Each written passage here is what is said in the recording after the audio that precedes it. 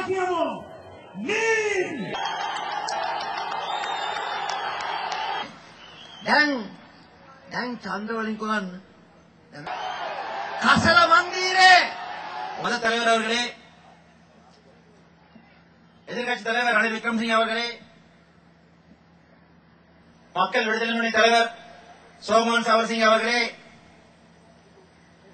இடதுசாரி முன்னணி தலைவர் விக்ரம கருணாகரன் அவர்களே, ஸ்ரீலங்கா முஸ்லிம் காங்கிரஸ் தலைவர் ராவ் ஹக்கீம் அவர்களே, ஏனைய கட்சி தலைவர்களே, நண்பர்களே, அணி திரண்டு வந்திருக்கக்கூடிய இனிய தோழர்களே, சகோதரர்களே, சகோதரிகளே, ஆரம்பத்தில் சொல்ல விரும்புகின்றேன். இந்த நாட்டில் நடந்திருக்கக்கூடிய தேர்தல்களிலே மிகவும் மோசடியான, மிகவும் கேவலமான, மிகவும் அசிங்கமான தேர்தல் நடத்தியிருக்கக்கூடிய மஹிந்த ராஜபக்சவுக்கு மோசடியான தேர்தல் நடத்துவதற்கான நோபல் பரிசை நாங்கள் கொடுக்க வேண்டும் என்று கூற விரும்புகின்றேன்.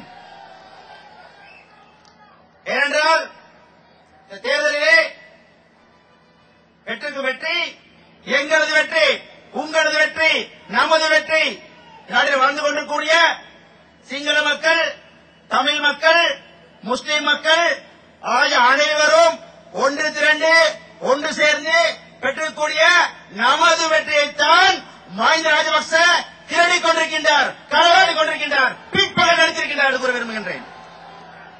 அதான் உண்மை. இன்று தேர்தல் நடந்த அன்று காலையில் 7 மணியிலிருந்து 4 மணி வரை சிறிய சிறிய வேலைகளை செய்துவிட்டு 4 மணி முடிந்த பிறகு அன்று இரவு முழுக்க பாரிய வேலைகளை செய்து மஹிந்த ராஜபக்ச நமது வெற்றியை தேடியிருக்கின்றார். அதான் உண்மை. நன்றாக தெரியும். இன்று தேர்தல் என்று உங்களுக்கு தெரியும்.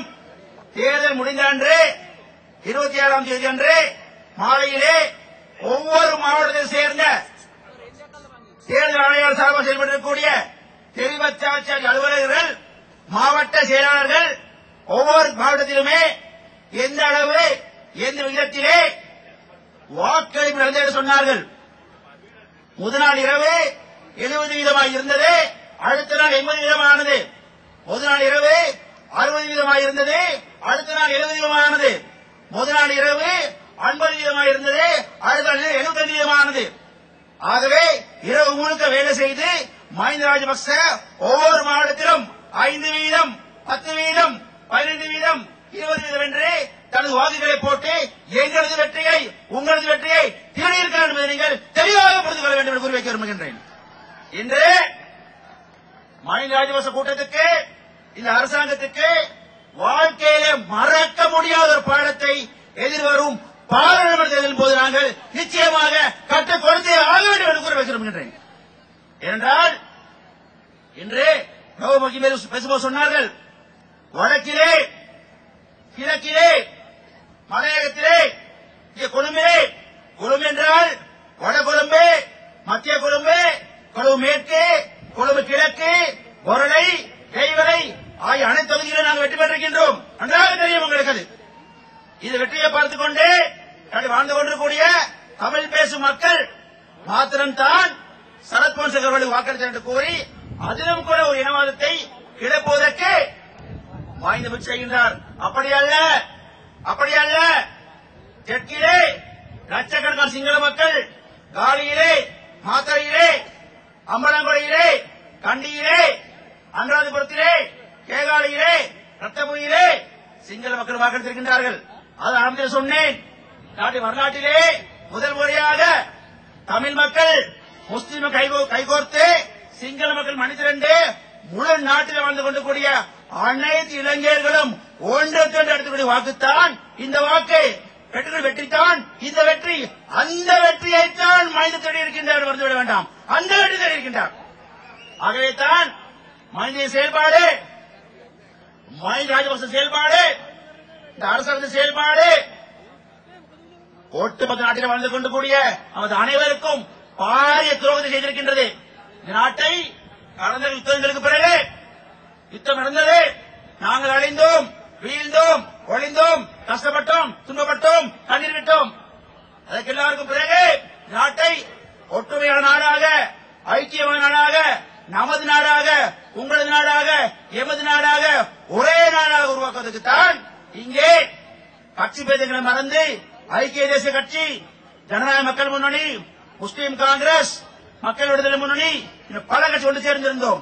அந்த அடிப்படையிலே தான் பேதங்களை மறந்து, மாறுபாடுகளை மறந்து, முரண்பாடுகளை மறந்து, வேறுபாடுகளை மறந்து நாங்கள் ஒன்று சேர்ந்திருந்தோம்.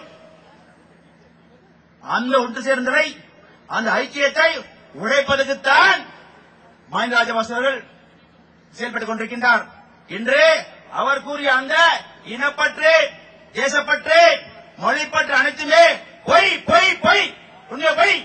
உண்மையிலேயே அவர் இனப்பற்று கிடையாது, மொழிப்பற்று கிடையாது, தேசப்பற்று கிடையாது, நாட்டுப்பற்று கிடையாது. அவருக்கு இருக்க ஒரே பற்று அவர் நாட்காலி மீது வைத்திருக்கக்கூடிய பதவி பற்று, பதவி வெறி, பதவி மோகம்.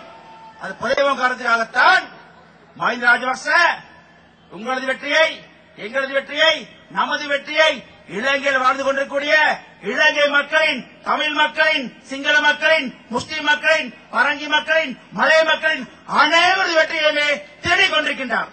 ஆகவே நண்பர்களை கடைசியோடு சொல்ல விரும்புகின்றேன், இது மஹிந்த ராஜபக்ச அவர்களுக்கு எதிரான இந்த கூட்டம், இந்த ஆர்ப்பாட்டம் ஒரு ஆரம்பம் தான், இது முடிவல்ல.